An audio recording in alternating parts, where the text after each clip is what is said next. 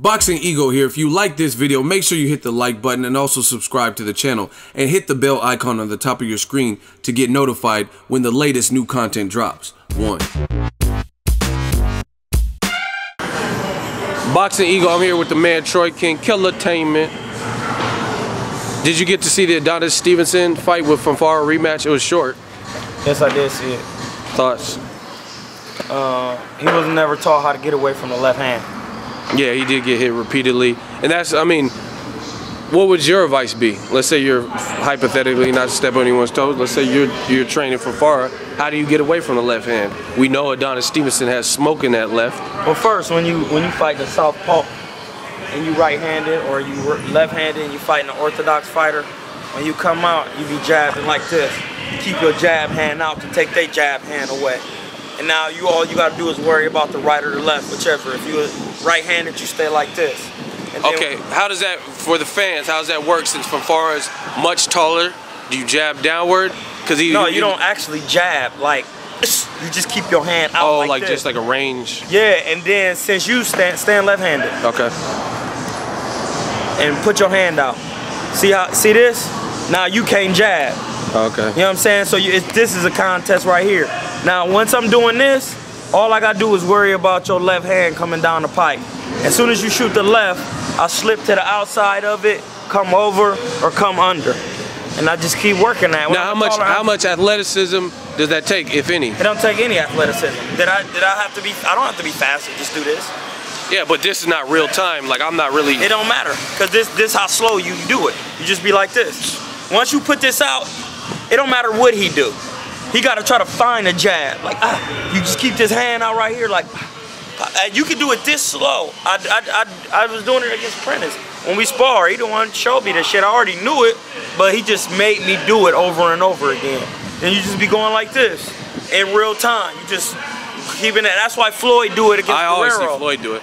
Yeah, and he don't be doing it fast. He don't be going, no, it don't work like that. You just be out here, because once you reach your hand out, you know how far they are. Yeah. Ain't even how far, I just took it away. So like, if your hand is not out, if your hand is at home, go to home. Home is by your face. Okay. Home is the face. Take your home by your home. Oh, okay. If you do this, then I get to jab you all day. You know what I'm saying? If my hand is right here, throw your jab. Bang, you gonna win. You gonna be able to land the punches I'm letting you start to jab. And once I go like this, you can't jab. It's over. I'll take the jab away. And all I gotta do is worry about the left hand. If you try to hook, I just block it. Like Regan Diao against Nonito. But he didn't do that. He came out like this. Coming straight to Adonis Stevenson. He too tall for that. And Adonis Stevenson did what he normally do. He go back, step back on that left foot. When you commit, boom! He set you up for your own failure. Demise, yeah. Now, one thing I noticed is Floyd he was never taught how to get away from the left hand, Ego. So that, yeah, I mean, obviously that's instrumental when someone has that much power in their left. Get away from the left. He already has problems with defense. When I watch Floyd, I see him he's like controls the distance with that too. Like yeah, I mean, you can do it on the right-hander too. If you use two right-handers or two left-handers. He did versus Pacquiao. But it's really for a left-hander. That's what you're supposed to do. I see Floyd do it to Pacquiao don't even jab, so it would work even better because it just keeps him at bay. And you know how far out he is. Yeah, as soon as he come past a certain point, like a tape shoot measure. That straight right, and it's good night. Now, but I don't know. I fight bums in Mexico, bro. I don't know. Now, for me, one thing that I personally think Andrzej Fonfara made a mistake with is I think he kind of went in the mindset of he pushed you to the distance. You guys traded knockdowns, and thinking the first fight was, since it was what it was, that it was going to be, you could take his power and stuff, because he came out in round one very aggressive. Nah, he was doing that. I think he should have boxed maybe, to get a feel, like feel around. He was doing that in his training camp, and he was never told that, hey, bro, why are you coming out this aggressive? You're like 6'2.5", and this man is 5'11". You don't need to come out that aggressive. You come out aggressive. It's the same thing with Victor Postol and Terrence Crawford. I just keep saying it over and over and over again. Say it again in case they missed it. When you are the shorter fighter, when you are the taller fighter, you don't go to the shorter fighter. Roy Jones said it. You don't just hop in there. You bring in yourself to a shorter man who normally got shorter arms, but Adonis had longer arms, but he still got to punch up, which makes it a problem. You still don't come to him. He's taller than you. You make him work to get inside, and you work. And you keep him up off of you. Same thing with Santa Cruz and Carl Frampton. The first and versus the second fight. Yes, he changed up his game plan, and it was very beneficial, and he won.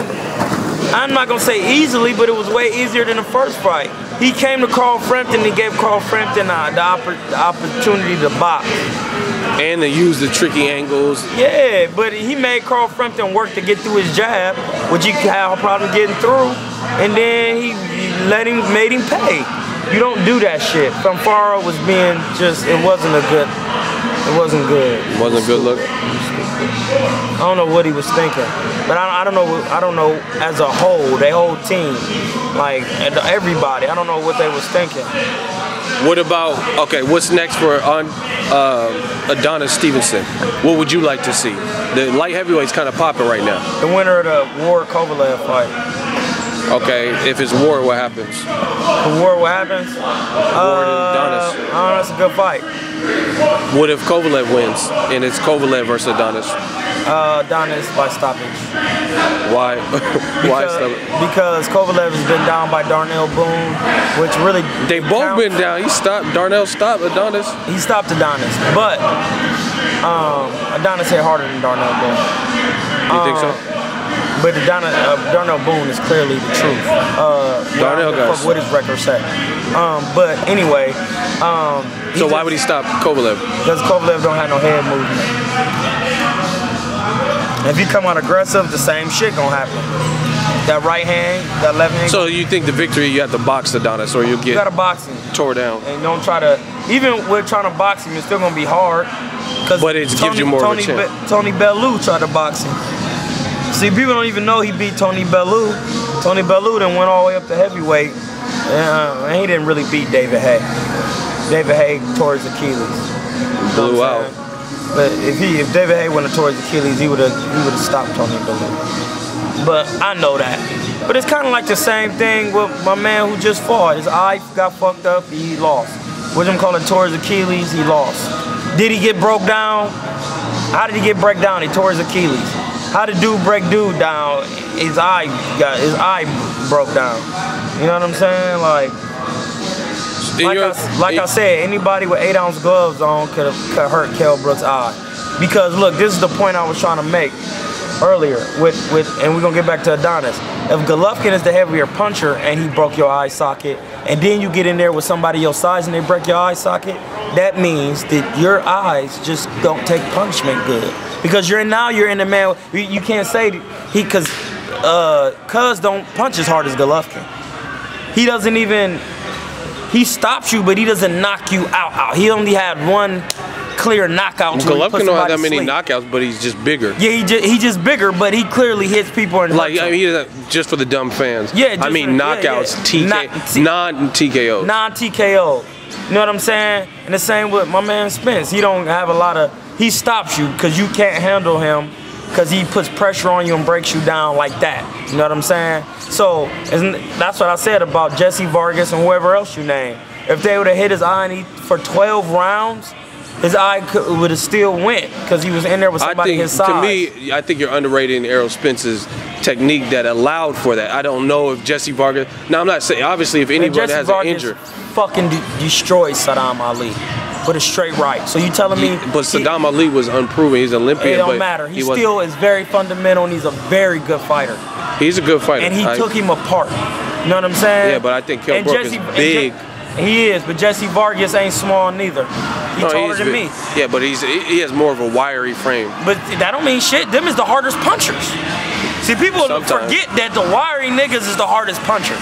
They think, oh, the stocky strong. No, the wiry niggas got the most leverage.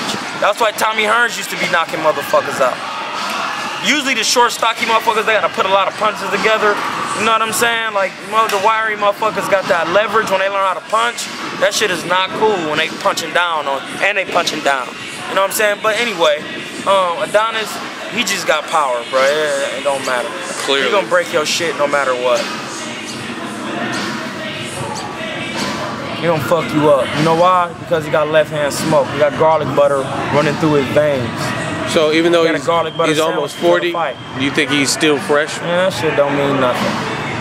As you can see, that don't mean shit. Why?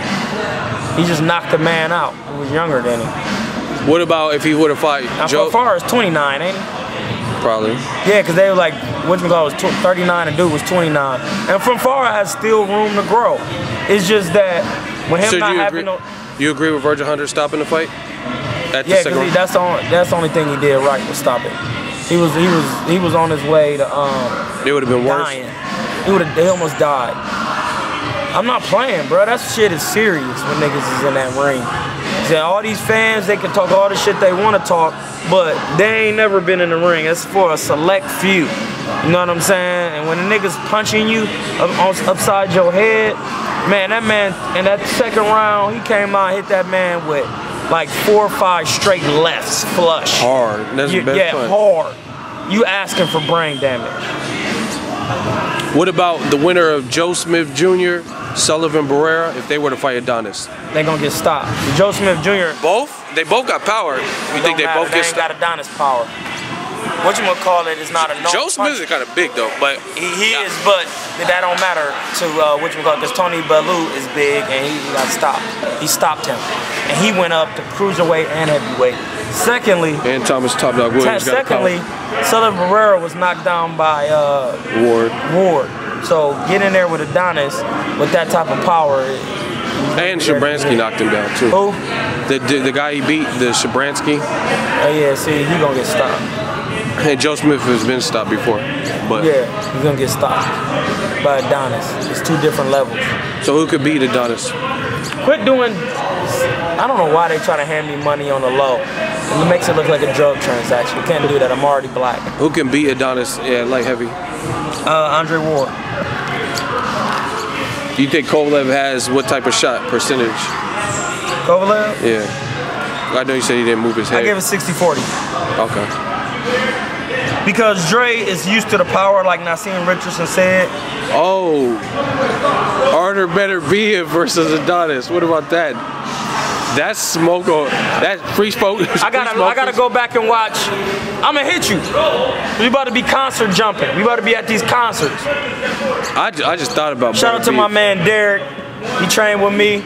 He be up in Akron kicking it with his homie. It's my man Derek. Bruh, better be if that's a good fight. Adonis. I gotta watch to see if Better Be if move his head. Because if he don't, Adonis is gonna stop him. Definitely strong though. Right now, I gotta give it to Adonis because he got more experience. What about the fans that complain, say I think Better Be if beat KOVALEV in the amateur. He did. What about the fans that say Adonis, he's taking like light touches and tune-ups and he's not fighting the best? What do you say that? I don't give a fuck what the fans say because they never boxed.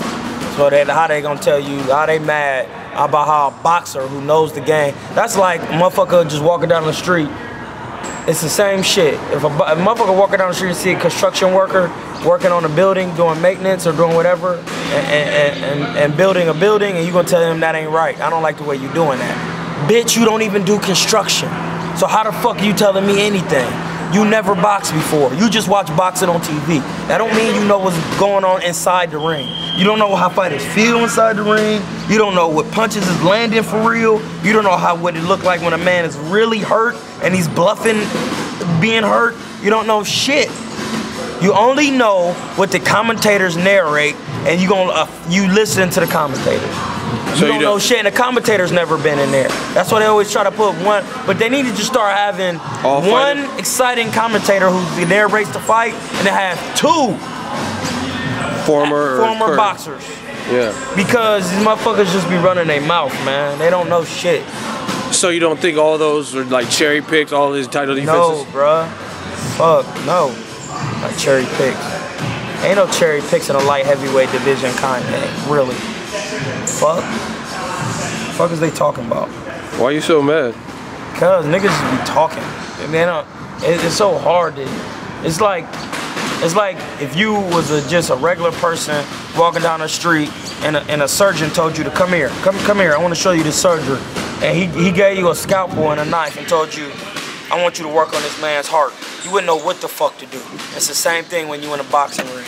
You bring you off the street, you watch boxing, I don't give a fuck, you can watch 1,000 surgeries. You don't know what to fucking do when you get that scalpel and a knife and you got other people. You don't know what the fuck to do. And it's the same thing. And you break that blood vessel and the blood squirting out, you don't know what to do. Oh shit! Oh! The blood, you looking crazy. And that's the same thing you're gonna be doing. Just how I was acting, you're gonna be doing the same thing when you in the boxing ring. Oh shit! You're not even gonna be responding how you supposed to respond. I'm gonna do something, I just feint at you. You're gonna be going like that. You don't know what the fuck you doing. You don't know what you're looking at. You just trying to describe, you just another commentator. You just another Max Kellerman. You used to be a rapper, and now you trying to talk boxing. Shit don't work like that, bro. Fuck out of here.